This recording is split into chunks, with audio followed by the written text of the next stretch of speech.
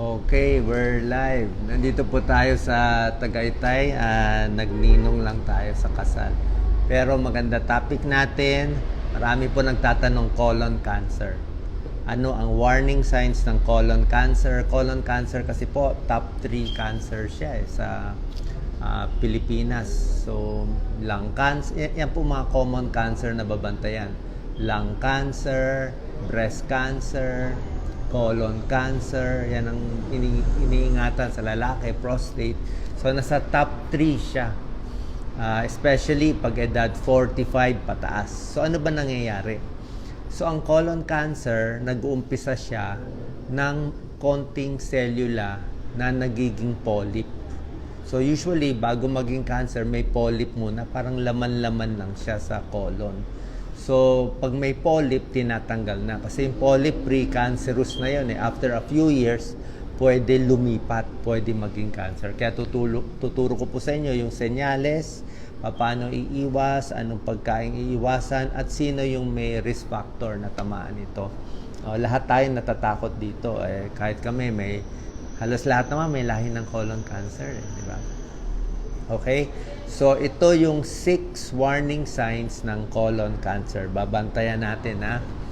Minsan, walang sintomas. Oo, mas mahirap yung walang sintomas. Actually, kung may sintomas, mas maganda nga eh.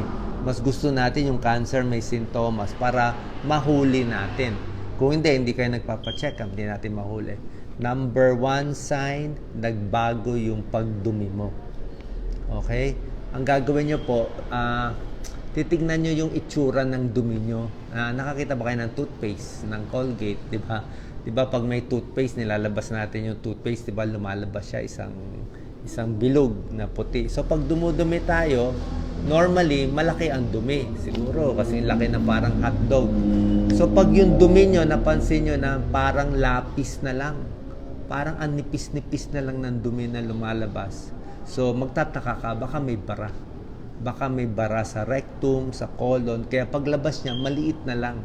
So, sabi nga dito, parang pencil-like. Kung parang lapis na lang yung dumi, tingnan natin. So, change in bowel habits. Minsan nagtatae, minsan constipated pa bago-bago. Pati yung dumi natin nag-iiba. So, pwede tayong magduda. Number 2 sign, yung bleeding. Kahit anong pagdurugo, di ba? Alam ko marami sa inyo pag dumumi, 'di ba? Masakit, 'di ba? Iisipin natin almoranas lang 'yan o kaya dumugo o siguro pagpahid lang sa tissue may dugo, baka anal fissure na sugat lang. Pwede namang almoranas lang ang pagdurugo sa dumi. Pero may chance na colon cancer din. Kaya nagdudugo, 'di ba? So papaficalysis. Sasabihin ko mamaya sino yung mga mas mag-iingat. Number 1 is age, mas matanda. So, above 50 years old, may pagdurugo, ayaw na natin yun. So, yan. Number 1, change in bowel habits. Yung itsura ng dumi, nagbabago. Parang ang kambing, dumi ng kambing, pwede rin ganun. Goat stool-like. Number 2, may bleeding. Number 3, medyo yung tiyan. Parang iba pakiramdam lagi. Laging masakit, may crampy, laging makabag, laging may masakit dito sa may kaliwa, 'di ba, sa baba, pero anywhere pwede. So meron kayong naramdamang kakaiba, pwede pa rin 'yon. So baka may diferensya sa loob. Number 4, ito. Pag dumumi ka, feeling mo hindi nakakalabas lahat ng dumi. Kasi nga may bara eh. Pag may colon cancer, nagbabara sa colon, sa large intestine. So, hindi makalabas lahat ng dumi. Kaya feeling mo parang kulang lagi. Kulang. Ang dami po may colon cancer. Ang daming may colon cancer. Ang maganda dito, kung maaga mahuhuli, stage 1, mauoperahan, buhay yung pasyente. Buhay. Hahaba yung buhay. Almost normal. Kasi nga, kahit anong cancer sa katawan, tinatanggal. Cancer sa suso, tanggalin yung breast. Cancer sa thyroid, tanggalin yung thyroid. Cancer sa matres, tanggalin yung matres. Cancer sa bowel, large intestine, puputulin yung large intestine. Talagang tinatanggal eh. O minsan, cancer sa paa, tanggal yung paa. Ganun talaga. Pag may cancer, tanggal. Oo. kung kaya matanggal. Kung hindi, kinikimo at iba pa. So yan na, number 4, feeling mo hindi nalalabas yung dumi. Number 5, syempre pag may cancer, weakness. Laging mahina, laging pagod. O bakit laging pagod? Kasi nga merong mga DNA mutation, nagloloko na yung mga selula. Number 6, namamayat. Halos lahat na may cancer, namamayat talaga. So pag pumapayat, di ba? Kaya minsan pag tayo magkakasama sa bahay, hindi mo halata, pumapayat o tumataba. Kaya maganda nga, nakita mo, hindi mo kakilala. Uy, ba't pumapayat ka ngayon? So, duda tayo. Foggy, Kanina, lamig, 21 degrees. So, yan po nangyari. Anong dahilan? Bakit nagkaka-colon cancer? Yung mga risk factors. Mamaya tuturo ko. Mga smoking, alcohol, matataba, salami, ham, fast foods, kasama yon. Ang risk factors ng colon cancer, number 1, nagkakaedad. Kayo po, mga kamag-anak nyo, ilang taon nagka-cancer? Edad 50, edad 70, edad 80. Mas gusto natin nagka-cancer sila ng 80, 90 years old para at least umabot muna. Ayaw natin yung bata. Ayaw natin yung mga 50s pa lang, 55 years old, nagka-cancer na, maaga yun. Kung meron kayong history ng polyp, pag may polyp dun sa colon, kung na-colonoscopy kayo, may lahi kayo ng cancer, ito po, risk factor na babantayan nyo, low fiber. Mahina kumain ng gulay, prutas. Pag mababa ang gulay at prutas, higher risk for colon cancer. Kaya ang katulad ngayon, order kami. So, order ko chop suey. Si Doc Lisa, order toko at baboy. May baboy palagi. So, at least may chop suey naman. Sa low fiber, masama. High fat diet, masama. Sedentary, laging nakaupo. Tsaka mas gusto, ito po hindi talaga risk factor, pero may nagsasabi yung laging constipated, yung 3 araw, 4 na araw bago dudumi. Baka lang nai-imbak yung dumi. So yung dumi nandun, nakadikit sa colon, baka magbago. Siyempre, dumi is madumi na yun. So mas gusto mo, mas regular yung pagdumi. Kaya sabi ko nga, more gulay, more prutas para, di ba po? Ganun lang talaga tayo para gumanda ang chance na hindi tayo magka-cancer. Gulay na, bawasan yung mga karne, pati meat, mag-exercise, di ba? Relax lang. Ito pa, risk factors, diabetes. Diabetes, risk factor na for colon cancer. Obesity, malaki ang matataba ang kinakain. Maraming kinakain. Smoking, risk factor sa lahat lang. Cancer, pati alak. Alak, very high risk siya. Kala nyo mababa, mamaya makita nyo, high risk ang alcohol. So, anong check-up? Minsan kasi wala naman tayong pera pang check-up. Actually, ang check-up ng doktor, by age 45, 50 years old, magko-colonoscopy ka every few years o every 5 years, every 10 years. Sa akin, medyo magastos colonoscopy, magkano yun? 20,000, di ba? Tapos, pwede naman, kaya lang magastos siya. Kaya kung wala tayong pera, kung gusto mo na lang, huwag ka na lang manigarilyo, huwag ka na uminom na alak, gawin mo ng malinis yung lifestyle mo. So malamang hindi ka naman magkaka-cancer. Naninigarilyo ka o puro bisyo, tapos magko-colonoscopy ka every few years. Pareho din Parang yung ibang smoker, gusto x-ray ng x-ray. Bale, wala na rin. Naninigarilyo ka na rin. So, hinihintay mo na lang makita. Pero yung risk ng magkaroon ng lung cancer, colon cancer, hindi mo pinapababa. So, lifestyle change, di ba? So, ito mga gulay, prutas, whole grains, napakahalaga. At merong isang gamot. May gamot na pampabawas ng colon cancer. Ito, yung mga taong high risk for colon cancer, alam nyo anong gamot nagpapabawas? Aspirin. Aspirin o yung mga pampalabnaw ng dugo, for whatever reason, hindi malinaw, nakakabawas ng risk ng colon cancer. Kaya lang, lahat ng gamot may pro, advantage, at may disadvantage, timbangan. Kaya hindi porke sinabi ni Doc Willie, aspirin maganda for colon cancer, lahat kayo inom ng aspirin. Hindi po ganun. Aspirin lang, Kung high risk ka, may lahi talaga kayo ng colon cancer sa batang edad, siguro maganda. O kung meron ka pang sakit sa puso, o baka maganda rin yan. Post-stroke, yung maganda.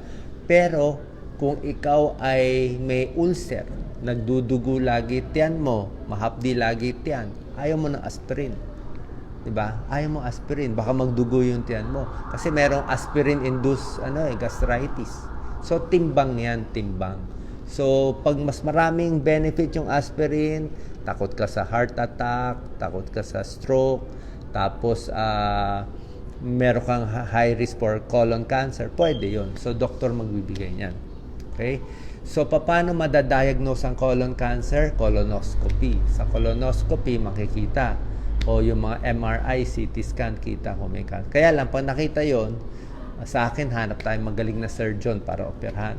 Meron pang staging ang colon cancer. Stage 0, stage 1, 2, 3, at stage 4. Basta mas early stage, buhay. May pasyente ako, early stage, swerte. Lakas kumain ng taba. Lahat ng bawal kinakain. Bata pa na colon cancer. Pero ang ganda pagka-opera eh. Kaya mahaba buhay. Isang blood test pang-check ng colon cancer, ha? O, baka hindi nyo alam. CEA. Ito yung favorite na sa test. Pangmayaman to eh. Pangmayaman yung mga PSA, prostate test. PSA kung may prostate cancer, duda ka CEA, carcino embryonic antigen, tinetest, mahal din to. Pag tumataas ang CEA, posible lang na may colon cancer. So, pag mababa CEA, mahappy tayo. Okay? Yan ang mga tinetest, mga blood test. Punta na tayo sa mga pagkain. Ano yung pwede at bawal kung colon cancer ang pinag-iinitan natin, ha? Okay, siyempre, diet talaga.